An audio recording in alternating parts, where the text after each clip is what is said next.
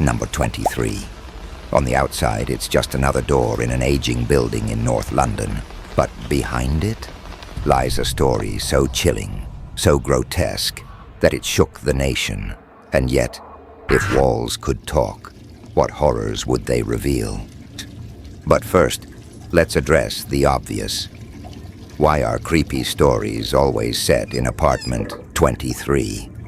Does 24 just refuse to cooperate? But this isn't just a story. It's a descent into the mind of Dennis Nilsen, Britain's most notorious killer, who turned this ordinary flat into a graveyard for his dark fantasies. But this isn't just a story. It's a descent into the mind of Dennis Nilsen, Britain's most notorious killer, who turned this ordinary flat into a graveyard for his dark fantasies. It all began in the late 1970s. Dennis Nilsen, an unassuming civil servant, moved into apartment number 23 at 195 Melrose Avenue.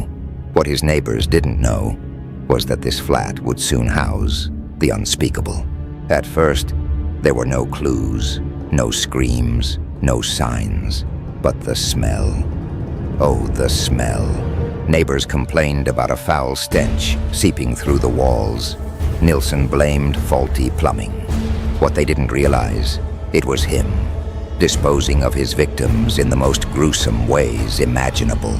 Seriously, at this point, you'd think landlords would start asking, any skeletons in the closet? On rental applications. And just when investigators thought they'd uncovered the depths of his depravity, they found something far worse. A confession that exposed his true motives. Nilsen admitted to luring young men to his apartment, often the lonely and vulnerable. His routine was as chilling as it was calculated. After a night of drinking, he would strangle his victims, then keep their bodies, sometimes for days. His reasoning, companionship. But here's where it gets even darker. When he ran out of hiding places in his flat, he took to boiling remains and flushing them down the toilet. The final straw came in the 1983, when a plumber investigating clogged drains discovered human remains in the pipes. The horror spilled into the light, and Nilsen was arrested. But what drove him to such madness? Was it his lonely childhood, his fractured relationships, or something far more sinister buried deep in his psyche? The answers, even today, are as murky as the drains that exposed his crimes.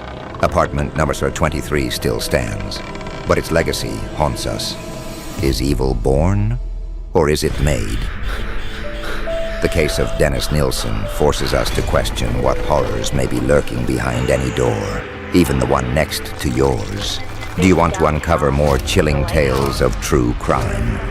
Click on the video on your screen now to dive into the next unsolved mystery.